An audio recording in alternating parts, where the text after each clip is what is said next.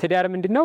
ልጅ ወልዶ ወይም ደግሞ የማህፀንን ፍሬ ለእግዚአብሔር መስዋዕት አድርጎ የሚያቀርቡበት ነው። ሀገርን የሚያስተዳድር አንድ ትልቅ ባለስልጣን የሚወጣው ከአንድ ሰው የተወለደው ነው። ደግሞ ሀገርን ሊያፈርስ የሚችለውም የሚወለደው ቤተክርስቲያንም ሊወዳ የሚችል የሚወለደውም ከአንድ ትዳር ውስጥ ነው። ትዳር ማለት አንድ ጊዜ አድርገውት የሚቆሙ ሳይሆን ልክ እንደ አትክልት እየተንከባከቡ የሚያሳድጉት ስለሆነ በቤተ ክርስቲያን ፍች ከሚፈቀድባቸው መንገዶች አንዱ ሃይማኖት ሲለውጥ ወይም ደግሞ ሌላ ሃይማኖት ሲኖረው፣ ሲሞት፣ እኔም በሃይማኖቴ አንተም በሃይማኖት እንዲህ አይነት አባባሎች የሰነፍ ወይም ደግሞ ቤተ ክርስቲያንን ሕጓ ምን እንደሚል ካለማወቅ ተነሳ ሁለቱ ስለተዋደዱ የሚባለውም ትክክለኛ የተሳሳተ ፍቅር ነው። እንደዚህ አይነቱ ሲጀመር የፍቅር ምንጭ እግዚአብሔር ነው። የፍቅርን መነሻ ትቶ ፍቅርን መፈለግ ይሆናል ማለት ፀሐይ በሌለበት ብርሃን እንደመፈለግ ነው። እና ለምሳሌ ብረትንና አንድ ማግኔትን ብናገናኛቸው ይሳሳባሉ።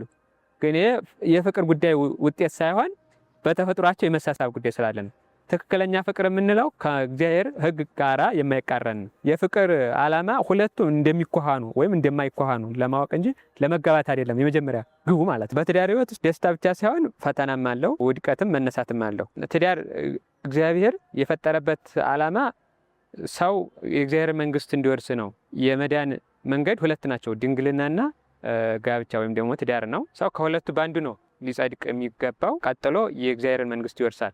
ስለዚህ እግዚአብሔር በመጀመሪያ ሰውን ከፈጠረ በኋላ ብቻውን እንዲኖር አዳምን አላደረገውም። የሚረዳውን አካል ወይም ደግሞ የምትረዳውን እንፍጠርለት ያለበትም ምክንያት ለዛ ነው። ትዳር ብቻውን ሆኖ የሚኖሩት ሳይሆን አንድ ተጨማሪ ሌላ አካል ይዞ በአንድ ተዋህዶ መኖር እና ከዚያ የእግዚአብሔርን መንግስት መውረስ ነው። ሌላ የተለየ ዓላማ ያለው መዳን ነው። ከዚያ በመዳን ውስጥ ምናልባት ለመዳን ልጅ ሲወልዱ ሲረዳዱ ፈቃዳቸውን በአንድ ሲጋሩ ያን ጊዜ ወደ መዳን መንገድ ይገሰግሳሉ ወይም ደግሞ ይቀጥላሉ። እና በድንግልና ህይወት ከኖረ አንድ ሰው መንኩሶ ማለት ነው ሲገሰግስ፣ ሲጋደል፣ ሲጾም፣ ሲጸልይ፣ ሲሰግድ የመጨረሻ ግቡ መዳን ነው። አንድ ሰው ለመጋባት ሲጀምር መጋባት ስለፈለገ ብቻ አይደለም ማድረግ ያለበት፣ ሲጋባ ሊድን እንደሆነ አውቆ ነው መሆን ያለበት። እና በዚያ መካከል ለድነት የሚያበቃው የትዳር መንገድ ምንድን ነው የሚለውን መረዳት አለበት። አሁን አንዳንድ ሰዎች ብዙ ጊዜ የሚቸገሩት ምንድነው የጊዜያዊ ፍላጎታችን ወይም ደግሞ ደስታ እናገኝበታለን ብቻ ብለው ይገቡና ከዚያ እንደጠበቁት ሆኖ አላገኘው ሲሉ ሊለያዩ ወይም ደግሞ በግጭት ምክንያት ሊፋቱ ይችላሉ። ግን ትዳር እንደዛ አይደለም።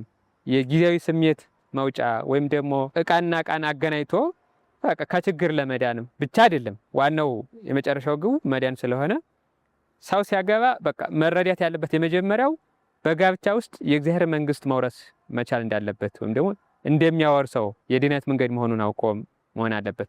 ለዚያ ነው ቅዱስ ጳውሎስ በኤፌሶን መልእክቱ ምዕራፍ 1:18 ላይ በበረከተ ሰማያውያን ወምድራውያን በሰማያዊና በምድራዊ በረከት የባረከን እግዚአብሔር ይመስገን ይላል። ያ ማለት ሰማያዊ በረከት የተባለው እያንዳንዱ ክርስቲያን ከእግዚአብሔር ያገኘው መንፈሳዊ ልጅነት ወይም ልደት ሲሆን ምድራዊ በረከት የተባለው ደግሞ ብዙ ተባዙ ምድርን ሙሏት ብሎ በተናገረው መሰረት እግዚአብሔር ሰው ልጅ ወልዶ ለእግዚአብሔር አበርክቶ የእግዚአብሔር መንግስት የሚወርስበት መንገድ ነው። በቤተ ክርስቲያን ውስጥ አንድ ባለትዳር የሚያደርገውን ተሳትፎ ያህል በሌላ በኩል አናገኘውም። ማለት ባለትዳሮች ትዳር ሲመሰርቱ ለእግዚአብሔር ትልቁን ድርሻ ይሰጣሉ። ያ ማለት የእግዚአብሔር መንግስት የምትሞላው ወይም ደግሞ ሰዎች የሚወርሷት በትዳር ውስጥ የሚወለዱ ሰዎች በዝተው ሲገኙ ነው። ማለት አንድ ትዳር የመሰረተ ሰው ልጅ ይወልዳል። ልጁን ደግሞ ለክህነት ለምንኩስና ይሰጣል። ለምእመንነት የሚሆን ልጅ ያመጣል። ለሰማዕትነት የሚሆን ልጅ ያወጣል። እነዚህ በምእመንነት በትዳር ህይወት፣ በምንኩስና በክህነት ህይወት፣ በሌላም አገርንም አገልግሎ ሊሆን ይችላል። የእግዚአብሔርን መንገድ ጠብቀው ሊሆን ይችላል እና በዚህ መንገድ የእግዚአብሔርን መንግስት ይወርሳሉ። ስለዚህ ትዳር ምንድነው? ልጅ ወልዶ ወይም ደግሞ የማህፀንን ፍሬ ለእግዚአብሔር መስዋዕት አድርጎ የሚያቀርቡበት ነው።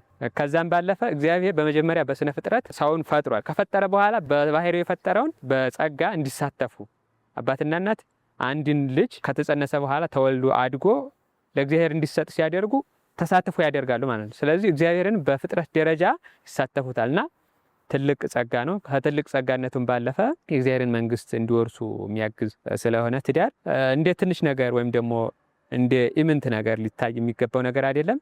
ለዛ ነው ቤተክርስቲያን እነዚህን ምንኩስና ህይወት ላይ፣ ትዳር ህይወት ላይ እና ክህነት ህይወት ላይ አትኩራ የምትሰራው።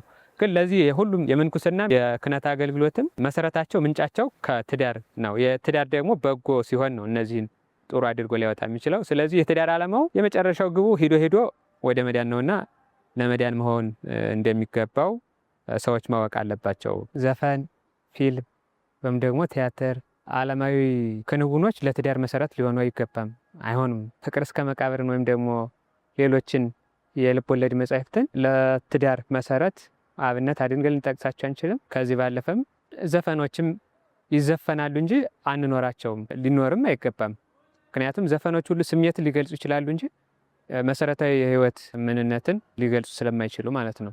ስለዚህ ይሄ አሁን የተነሳው ሀሳብ ሰዎች ግለሰቦች ያቀነቀኑትን ወደ መሰረታዊ አምጥቶ እንደ ክርስትና ወይም ደግሞ እንደ ማህበረሰብ ህግ አድርጎ መውሰድ እንደ ከሃይማኖት አንጻር ካየነው ጤናማ አኗኗር አያመጣም። ምክንያቱም ይሄ ሰው በሰላም ሊኖር የሚችለው የራሱን ማንነቱን ጠብቆ ሳይለውጥ ሲቀጥል ነው። አንድ ሰው ሰለጠነ ወይም ደግሞ ዘመነ ሊባል የሚችለው ያለውን ማንነቱን ጠብቆ ሲኖር ነውና የነበረውን እሴቱን የተደበላለቀ እሴት ነው የሚሆነው። ይሄ ደግሞ እንደ ኢትዮጵያ ባህል ስናየው ያላትን ማንነት ሊያሳጣት ይችላል። አሁን ወደ ምዕራባውያኑ ስንሄድ እንዲህ አይነት ነው ባህላችን ብለው ለመናገር የሚያበቃቸው የለም። የሆነ የተዘበራረቀ ነገር ሆኖ ልናየው እንችላለን። ወይም ደግሞ አንድ አይነት ብቻ ወደ መሆን እስኪመጡ ድረስ እናያቸዋለን። እና አንዱ ያለውን ማንነቱን ጠብቆ ሲኖር የእሱ የራሱ የሆነ እሴት አለው፣ ያም የሆነ የራሱ እሴት አለው። ፍቅር እንዲኖር ራሱ የሚያደርገው ምንድን ነው ከተባለ ሁለቱም የራሳቸውን እሴት ጠብቀው ማለት በተመሳሳይ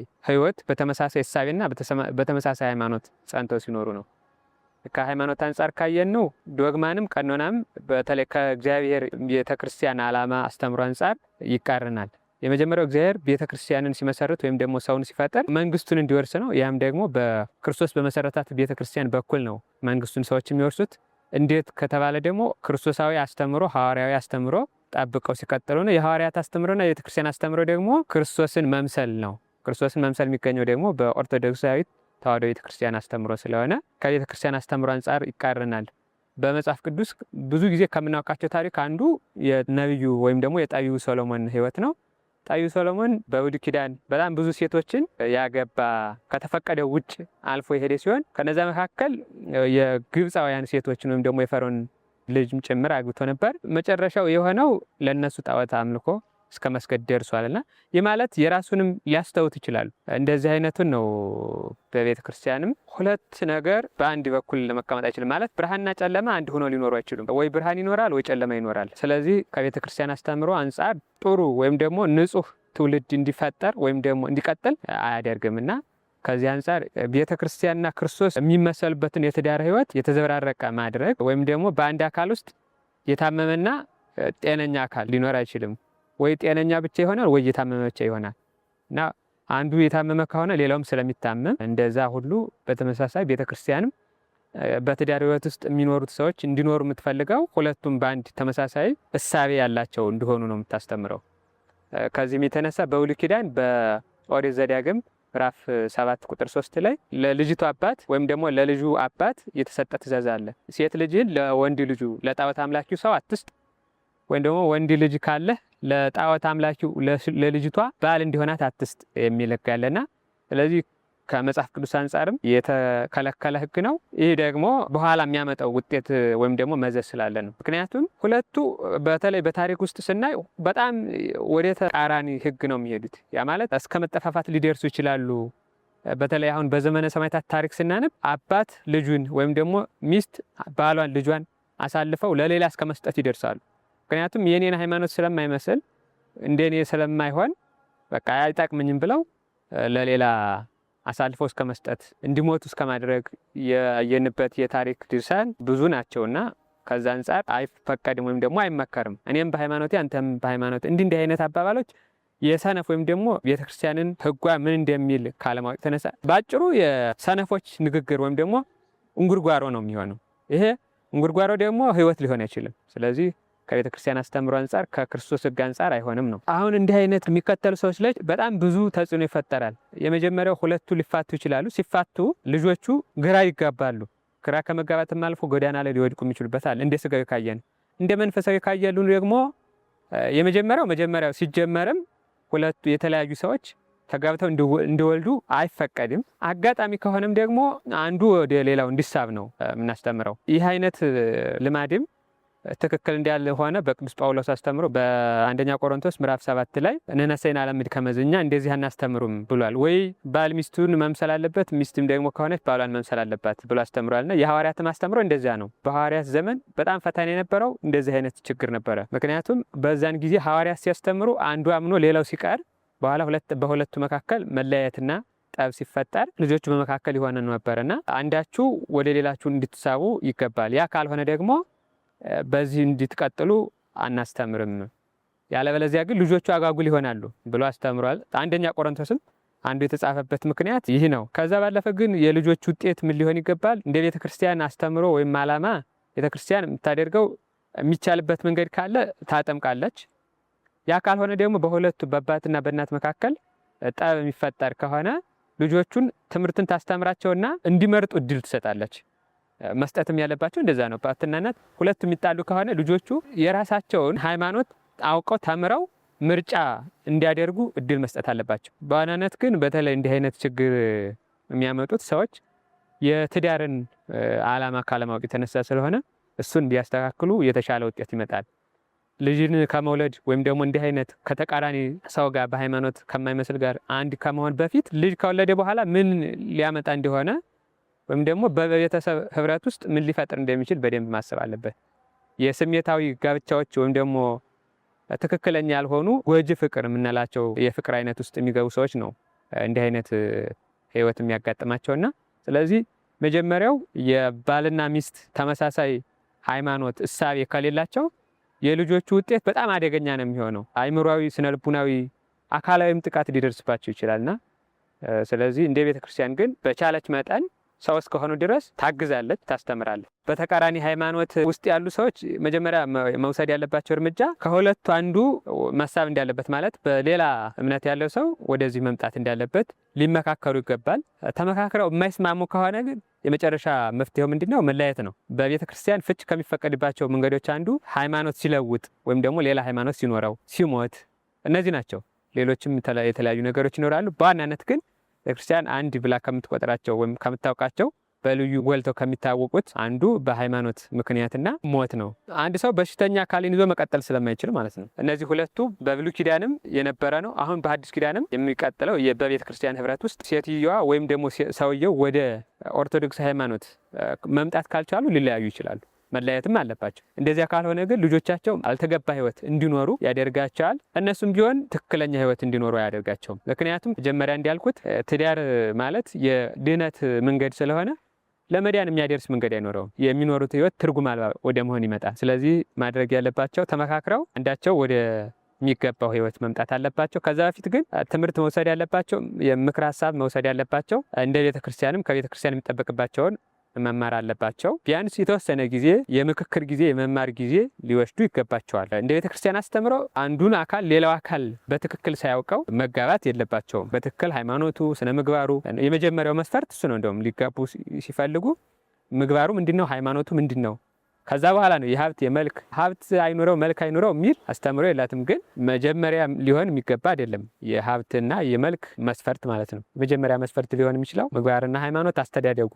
ይህ ሳይሆን ግን እንዲሁ ቢጋቡ ወደ ትክክለኛው ህይወት እንዲመጡ ቤተክርስቲያን ታስተምራለች፣ ታግዛለች እና መሆን ያለበት። ካልተስማሙ ግን ሊለያዩ ይገባል። ምክንያቱም ብርሃን ሲመጣ ጨለማ ይሄዳል፣ ጨለማ ከመጣ ደግሞ ብርሃን ነው የሚሆነው። በአንድ ምንጭ መራራና ጣፋጭ ሊኖር አይገባም። ሁለቱ ስለተዋደዱ የሚባለውም ትክክለኛ የተሳሳተ ፍቅር ነው። እንደዚህ አይነቱ ሲጀመር የፍቅር ምንጭ እግዚአብሔር ነው። የፍቅርን መነሻ ትቶ ፍቅርን መፈለግ ይሆናል ማለት ፀሐይ በሌለበት ብርሃን እንደመፈለግ ነው እና ስለዚህ እንዲህ አይነት ፍቅር ጎጅ ወይም ደግሞ ሰይጣናዊ ፍቅር ብለን ልንመድባቸው ከምንችለው ነው። ይሄ ደግሞ የሚያመጣው ውጤት ጤናማ አይደለም። ፍሬያማ ሊያደርጋቸው የሚችለው የትዳር ህይወትን ኦርቶዶክሳዊ ቤተሰብ ወይም ደግሞ መንፈሳዊ ቤተሰብ መሆን አለበት። ለምሳሌ ሁለቱም የተጋቡት አካላት ዓላማቸው ተመሳሳይ ሲሆን በምድር ቢኖሩም የእግዚአብሔር መንግስት ለማገልገል እንደሚኖሩ ካወቁ፣ ከዛ ባለፈ ደግሞ ቅድመ ጋብቻ ስለ ጋብቻ የተማሩ ጥልቅ እውቀት ባይኖራቸው ደግሞ ቢያንስ መጠነኛ እውቀት ያላቸው ከሆኑ ከራሳቸው ልጅ አልፎ ለሌሎች ለልጅ ልጅም ሊደርስበት የሚችልበት መንገድ አለ። ምክንያቱም አንድ ሰው ልጁን መልካም ልጅ ያሳደገ ማለት ቀጣይ የዛ ቤተሰብ መልካም ቤተሰብ የመሆን እድል ይኖረዋል። ስለዚህ መጀመሪያ ሁለቱ ባልና ሚስት ሲጋቡ እነሱ ኦርቶዶክሳዊ ሃይማኖት ያላቸው የትዳር ህይወቱ መሰረቱ የተረዳቸው አላማው የተረዳቸው መሆን ከዛ ስለ ትዳር እውቀት ያላቸው መሆን እዛ ደግሞ ማወቅ መረዳት ብቻ ሳይሆን መኖር የሚችሉ ሲሆኑ ስለዚህ የምንፈልገውን የመልካም ትዳር ውጤት ማግኘት ይቻላልና አሁን ብዙ ጊዜ በትዳር ህይወት ውስጥ ብዙ ሰዎች የሚፋቱት ሲጋቡ የነበራቸው አላማ እና ከተጋቡ በኋላ የሚኖሩት ህይወት ስለሚጋጭባቸው ነው። መጀመሪያ የሚያስቡት የነበረው አንዳንዱ በጣም በተጋነነ መልኩ የደስታ ህይወት ብቻ አድርጎ ይስለዋል። ነገር ግን ሰው በመንገድ ሲሄድ ሊንገጫገጭ ይችላል፣ ሊወድቅም ይችላል፣ ሊሰናከል ይችላል እና በትዳር ህይወት ውስጥ ደስታ ብቻ ሳይሆን ፈተናም አለው፣ ውድቀትም መነሳትም አለው። ስለዚህ የትዳር ህይወት ወደ እግዚአብሔር ቤት የሚሄዱበት መንገድ ስለሆነ በመንገድ ውስጥ መራብም ይኖራል፣ መሰናከልም ሊኖር ይችላል፣ መውደቅም ስለሚኖር ይችላል። ሁለቱንም ታግሶ ነው ሰው መንገድ ሲሄድ ለምን ተደናቀፍኩኝ ብሎ አያማረርም። በቃ ተነስቶ ነው ተጠናክሮ የሚሄደውና ስለዚህ በትዳር ህይወት ውስጥ ችግርም ሊያጋጥም እንደሚችል ወይም ደግሞ መሰናክል ሊያጋጥም እንደሚችልም ተምሮ መሄድ አለበትና የሚያጋጥመው አንዳንዱ ከመጠን በላይ የተጋነነ ደስታ፣ ሌላው ደግሞ ከመጠን በላይ የተጋነነ ችግር እንዳለበት ብቻ እንዲህ ስል የሚያደርገው ስለ ትዳር መረዳት ስለሌለ ወይም ደግሞ እውቀት ስለሌለው ነው። ግን ከዚህ ከሁለቱም በአንዱ ብቻ ሳይሆን ደስታም መከራም እንዳለ ምክንያቱም ክርስቶስ ለቤተ ክርስቲያን መከራ እንደተቀበለ ባልም ለሚስቱ መከራ ሊቀበል ይገባዋል። ቤተ ክርስቲያንም ስለ ክርስቶስ በሰማዕትነት ህይወት በመከራ ህይወት እንዳለፈች ሚስትም ለባሏ መከራ ትቀበላለች እና እንዲህ አይነት ህይወት መከራም ደስታም እንዳለ ማወቅ አለባቸው። ጥሩ ቤተሰብ ሊያፈሩ የሚችሉት እነዚህ እንዲከተሉ ነው። አስተምሮ ላይ፣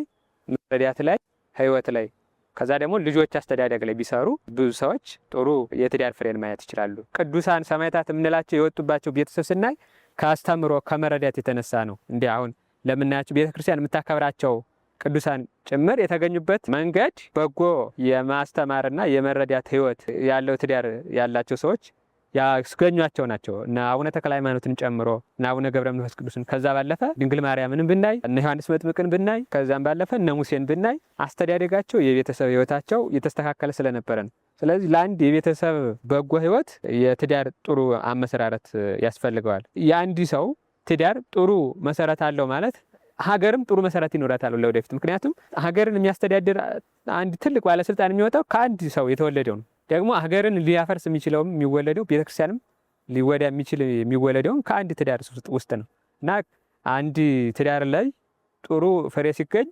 እሱ ለሀገር ለአካባቢ እንዳጠቃላይ ለዓለም አቀፉም ሊጠቅም ስለሚችል ትዳር ለክፋትም ለበጎነትም መሰረት ነው። አሁን በትዳር ውስጥ ያሉ ሰዎች ትዳራቸውን እንዲሁ ከመተው ይልቅ ያሉበትን ህይወት ዙሪያው ቢገመግሙ ማለት እየኖሩት ያለው የትዳር ህይወት ምንድን ነው? ትክክለኛ ነው ወይስ ለትዳር የሚገባውን ህይወት ነው እየኖሩ ያለው ወይስ አይደለም የሚለውን ቆመው ቢያስቡበት፣ በመካከል መሰናክል የገጠማቸው ደግሞ ተስፋ ሳይቆርጡ ትዳራቸውን ለማከም ዝግጁ ቢሆኑ መልካም ነው።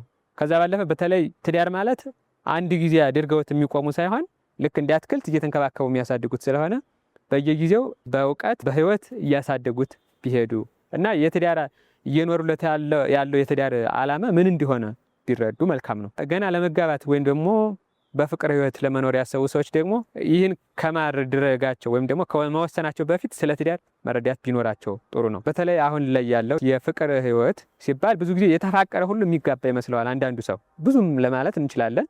በተለይ ከተማችን ላይ እንደዚህ አይነት ስለሚከሰት የፍቅር ህይወት ማለት ሁለቱ እንኳሃናለን አንኳሃንን የሚለውን ለማወቅ ነው እንጂ የሚስማሙ ማለት ተመሳሳይ ዓላማና ጠባይ አረዳድ አለን የለንም የሚለውን ለማወቅ እንጂ ለመጋባት የመጨረሻ ግብ አይደለም። ይህን ከተስማሙ በኋላ ነው ወደ መጋባት የሚሄዱት እንጂ የፍቅር ዓላማ ሁለቱ እንደሚኳሃኑ ወይም እንደማይኳሃኑ ለማወቅ እንጂ ለመጋባት አይደለም የመጀመሪያ ግቡ ማለት ነው። ኋላ ይህን ካሰቡ ወይም ከተስማሙ ከተግባቡ በኋላ ነው ወደ ቀጣዩ ህይወት የሚገቡትና አንዳንድ ወጣቶች በተለይ የፍቅር አጋራቸውን በስሜት አረዳድ ይረዱትና ከዛ እሱን ሲያጡ ከዚህ በኋላ መጎዳት አልፈልግም ብለው ይሄዳሉ። ግን ሲጀመር አንድ ሰው ፍቅረኛ ኖረ ወይም ደግሞ ፍቅር ጀመረ ማለት የመጨረሻ ለመጋባት ድምዳሜ ላይ ደረሰ ማለት አይደለም። ይሄ እንደ ዋዜማ ነው፣ አንድ እርምጃ ሄደ ማለት እንጂ መጨረሻው እርምጃ አይደለም። እና አብዛኛው በማለት መልኩ ልንወስደው እንችላለን። ትክክለኛ ሰው የሚመስለው ለአንድ ሰው ያለው የልብ መደንገጥ ወይም ደግሞ የሆድ መረበሽ ወይም ደግሞ ያን ባይሆን ደግሞ የፍቅር ስሜት ሲሰማው አንድን ሰው ሲያገኝ በቃ ይሄ ሰው ለህይወት አጋሬ ይሆናል ዘላቂ ነው ብሎ ማሰብ አለ። ግን አንድ ሴት ወይም አንድ ወንድ ለአንድ አካል የልብ መረበሽ፣ የሆድ መደንገጥ ወይም ደግሞ የፍቅር ስሜት ቢሰማው ይሄ ትክክለኛ ነው ማለት አንችልም። ይሄ ማለት ሰው በተፈጥሮ የሚያመጣው የተፈጥሮ ውጤት ነው። ለምሳሌ ብረትንና አንድ ማግኔትን ብናገናኛቸው ይሳሳባሉ። ግን ይሄ የፍቅር ጉዳይ ውጤት ሳይሆን በተፈጥሯቸው የመሳሳብ ጉዳይ ስላለ ነው። ትክክለኛ ፍቅር የምንለው ከእግዚአብሔር ሕግ ጋራ የማይቃረን ነው። የእግዚአብሔር ሕግ ወይም ደግሞ የክርስቶስ ሕግ ፍቅርን የሚቃረን አይደለም። ፍቅርን ይበልጥ የፍቅር ምንጩ እግዚአብሔር ስለሆነ ይበልጥ እንዲያድግ ነው የሚያደርገው እና ትክክለኛና ጎጅ የሆነውን ፍቅር ለይተው የፍቅር ሕይወት እንዲኖራቸው በጀመሩት የፍቅር ሕይወት ደግሞ ተስፋ መቁረጥ እንደሌለባቸው አንድን ሰው ሲያጡ ያ ለነሱ የማይገባ መሆኑን መረዳት እንዳለባቸውና ሌላ ለነሱ የሚሆን ወይም ደግሞ ከነሱ ጠባይ አስተሳሰብ ጋራ ሃይማኖት ጋራ የሚገናኝ እነሱን የሚመስል ሰው እስኪያገኙ ሌላ መንገድ መሄድ እንዳለባቸው ማወቅ አለባቸው ብዬ አስባለሁ።